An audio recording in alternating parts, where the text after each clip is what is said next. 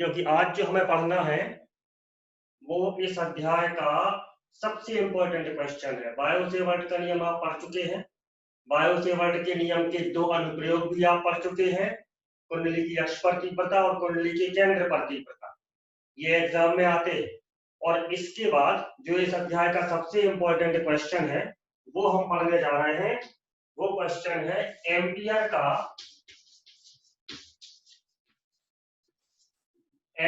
का नियम, या इसको बोलते हैं एम्पियर का परिपथीय नियम।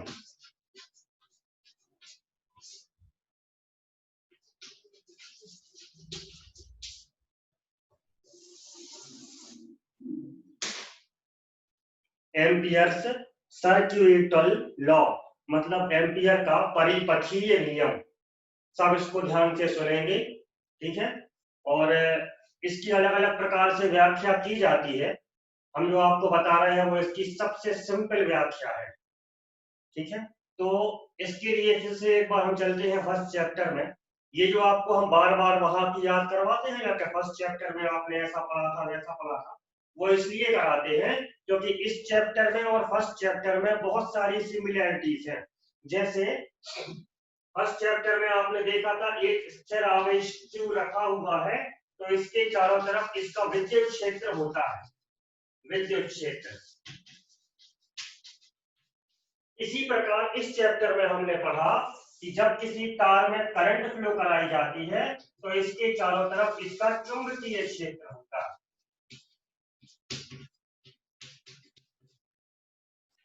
अधिकांश विशेषताएं जो इस विद्युत क्षेत्र में होती हैं वे इस चुंबकीय क्षेत्र में भी होती हैं।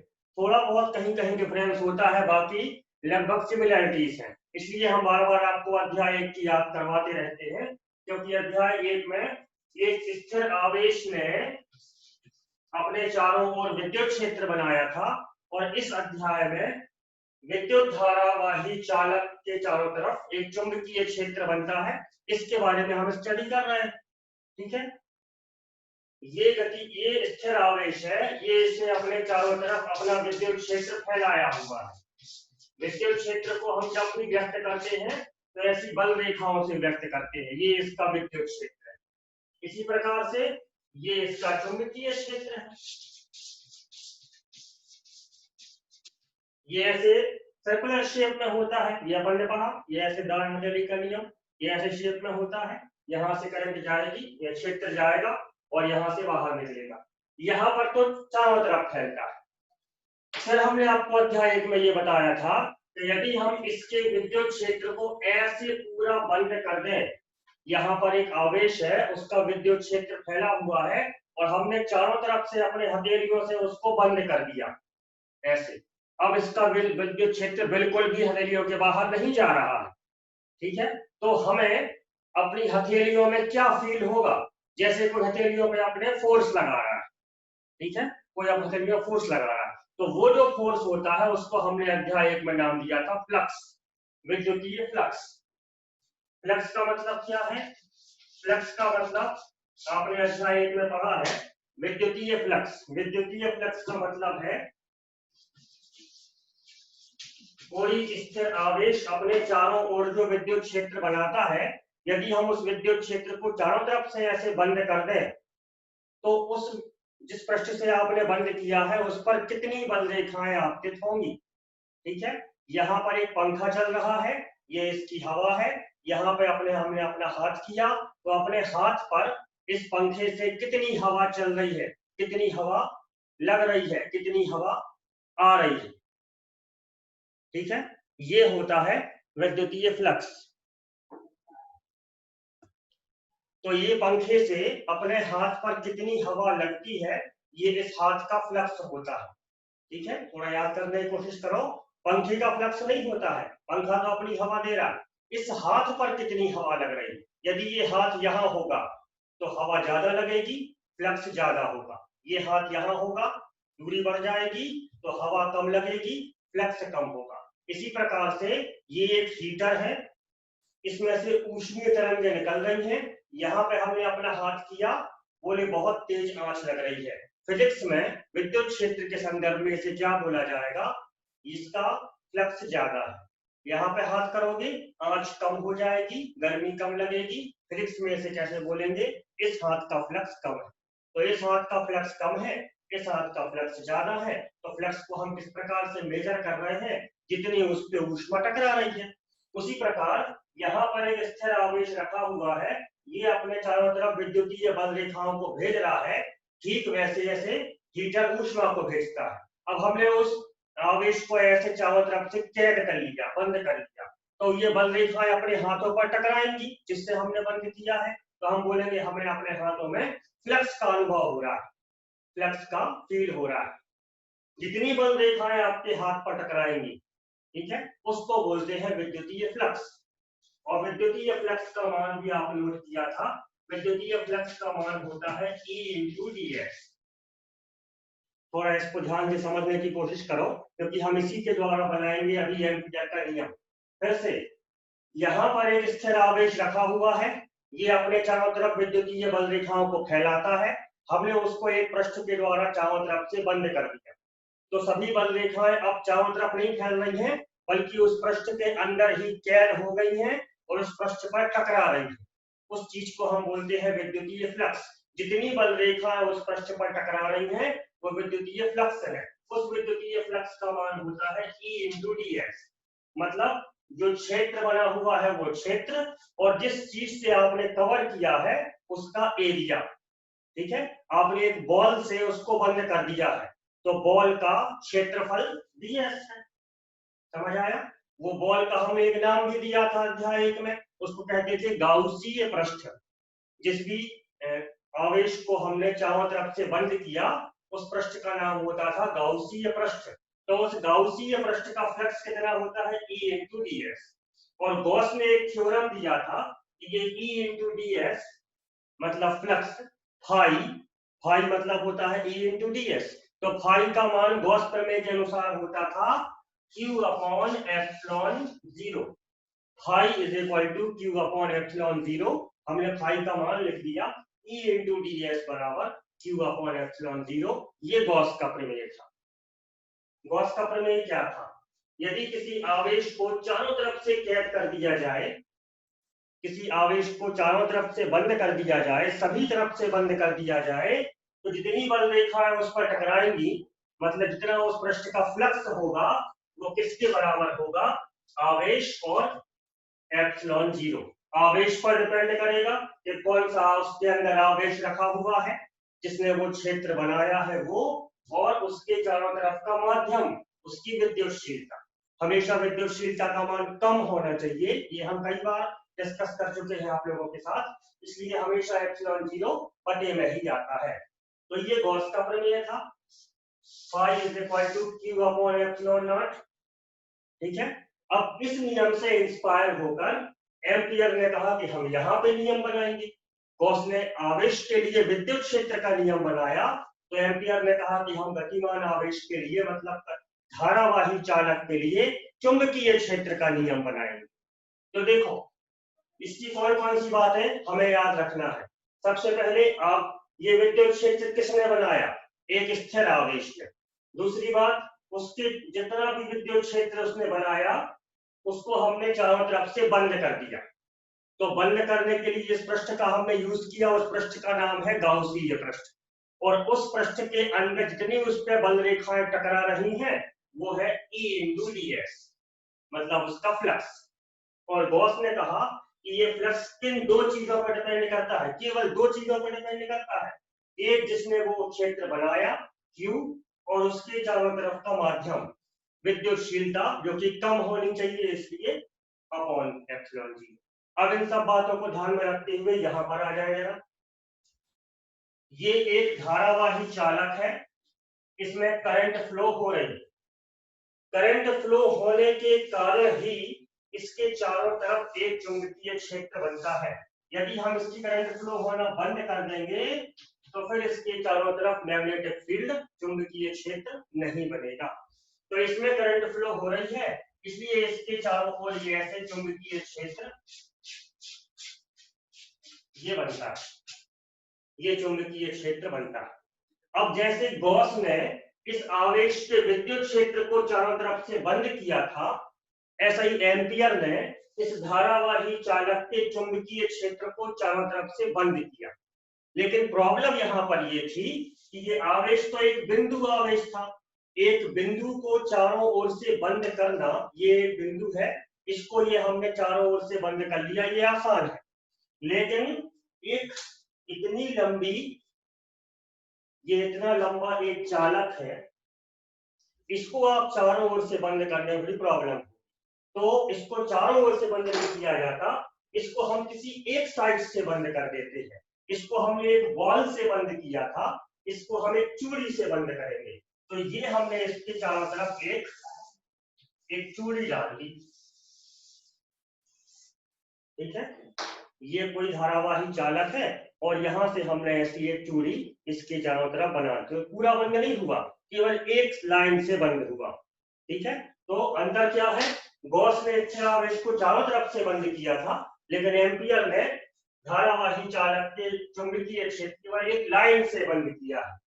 इन्होंने क्षेत्रफल से बंद किया था पूरा, इन्होंने केवल एक लाइन से बंद किया, ठीक है। अब इसका जो चुंबकीय क्षेत्र होगा ये इस लाइन पर टकराएगा, ये इस लाइन पर टकरा रहा है, जैसे इसकी बल रेखाएं इस बंद पृष्ठ पर टकरा रही थी, तो ये इसका चुंबकीय क्षेत्र इस लाइन पे टकराएगा। कितना टकराएगा, जितना इसमें टकराता था, E इंटू ds, जो क्षेत्र बना है वो, और जिस पृष्ठ ने बंद किया है उसका क्षेत्रफल। यहाँ पे देखो, जो क्षेत्र बना है वो और जिसने उसको बंद किया है उसकी लंबाई, क्योंकि यहाँ पे एरिया नहीं है, ये चारों तरफ से बंद नहीं है, इसलिए उसकी केवल लंबाई होगी। तो यहाँ पे हम क्या लिखेंगे, B इंटू dl। जैसे यहाँ पर E विद्युत क्षेत्र होता था, स्थिर आवेश विद्युत क्षेत्र बनाता है इसलिए E, लेकिन धारावाही चालक चुंबकीय क्षेत्र बनाता है इसलिए B। इसके साथ में आया था ds, जिस पृष्ठ ने इसको बंद किया उसका क्षेत्रफल। यहाँ पृष्ठ नहीं है, यहाँ पर एक लाइन है, चूड़ी एक लाइन जैसी होती है इसलिए उसकी लंबाई dl, ठीक है। और dl अल्पांश की लंबाई होती है, पूरी चूड़ी की लंबाई के लिए हम इसको समाप्त कर देंगे, जब पूरी चूड़ी की लंबाई हो जाएगी। तो समाप्त के लिए ये निशान यूज किया था एम्पियर ने, इसलिए हम भी इसका ही यूज करेंगे। इस निशान को बोलते हैं रेखीय समाकलन। तो ये पक्ष और ये पक्ष देखिए दोनों एक जैसे हैं। अब दाएं पक्ष में क्या होगा, यहाँ पे दाएं पक्ष में क्या था, Q अपॉन एप्सिलॉन 0, जिसने वो आवेश, जिसने वो क्षेत्र बनाया वो, और उसके चारों तरफ की विद्युतशीलता जो कम होनी चाहिए इसलिए बटे में। यहाँ बताइए क्या होगा, यहाँ पर किसने ये क्षेत्र बनाया है, जैसे यहाँ पर Q ने बनाया था तो Q आ गया था, ये किसने बनाया, आंसर ये धारावाही चालक ने बनाया, मतलब करंट ने बनाया, इसलिए I। ये समझ आया। इस पक्ष में क्या था, क्षेत्र गुणित क्षेत्रफल, यहाँ भी क्या है, क्षेत्र गुणित संपूर्ण लंबाई, संपूर्ण लंबाई। फिर इस पक्ष में क्या था, गॉस के प्रमेय में जिसने वो क्षेत्र बनाया मतलब आवेश, तो यहाँ पर ये क्षेत्र चुंबकीय क्षेत्र किसने बनाया, करंट ने, इसलिए I। और साथ में क्या आएगा, माध्यम की विद्युतशीलता जो कम होनी चाहिए इसलिए बटे में, यहाँ पर क्या होगा, माध्यम की चुंबकशीलता जो अधिक होनी चाहिए इसलिए गुणा में। ये एम्पियर का नियम है और ये गॉस का नियम है। दोनों नियम बहुत सारी समानताएं रखता है। एक और बार फिर से चेक करते हैं। एक स्थिर आवेश विद्युत क्षेत्र बनाता है, एक गतिमान आवेश मतलब धारावाही चालक चुंबकीय क्षेत्र बनाता है।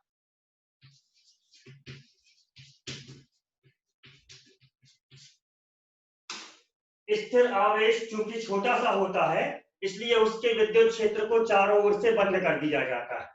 धारावाही चालक बहुत लंबा हो सकता है, पावर हाउस से आपके घर तक डोरी आई, अब उसको कैसे पूरा बंद करेंगे, वो बहुत मुश्किल होता है। तो धारावाही चालक को पूरा बंद नहीं कर सकते, इसको एक लाइन से, एक एरिया से, लाइन से बंद करते, ठीक है। इसको बंद किया, जितनी बल रेखाएं इस पृष्ठ पर टकराएंगी उसको कहेंगे E इंटू ds, जितनी बल रेखाएं इस लाइन पर टकराएंगी उसको कहेंगे B इंटू dl। यहाँ पर विद्युत क्षेत्र था इसलिए E, यहाँ पर चुंबकीय क्षेत्र है इसलिए dl। डी। यहाँ पर एरिया था उसका क्षेत्रफल ds और यहाँ पर लाइन है उसकी कुल लंबाई सम ऑफ dl।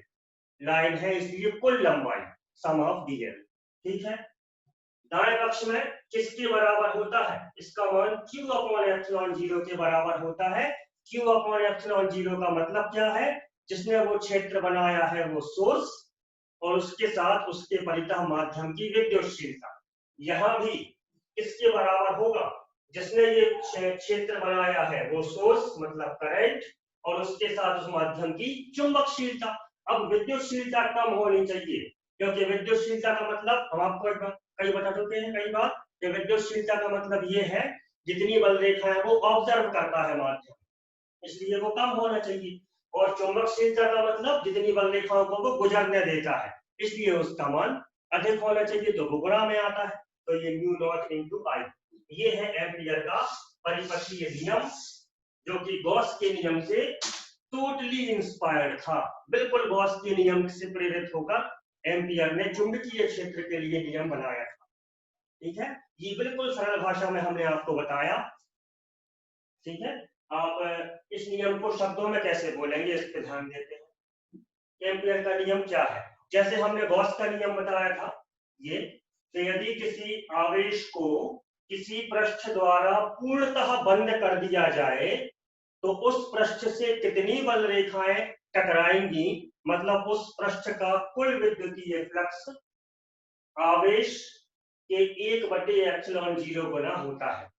ये गॉस का प्रमेय था। अब इन्हीं शब्दों में हम एम्पियर के नियम को बताएंगे। वहां विद्युत क्षेत्र था, यहाँ चुंबकीय क्षेत्र है, यहाँ एक सरफेस से बंद किया गया था, यहाँ पर एक लाइन से बंद किया गया। इसको हम पहले बता चुके हैं, एक लाइन को लूप कहते हैं। ये लूप है जो चारों तरफ से बंद हो, ये लाइन लूप है। और ये है पृष्ठ, इसका नाम होता है गाउसीय पृष्ठ, क्योंकि ये गॉस के नियम को लगाने के लिए यूज किया जाता है।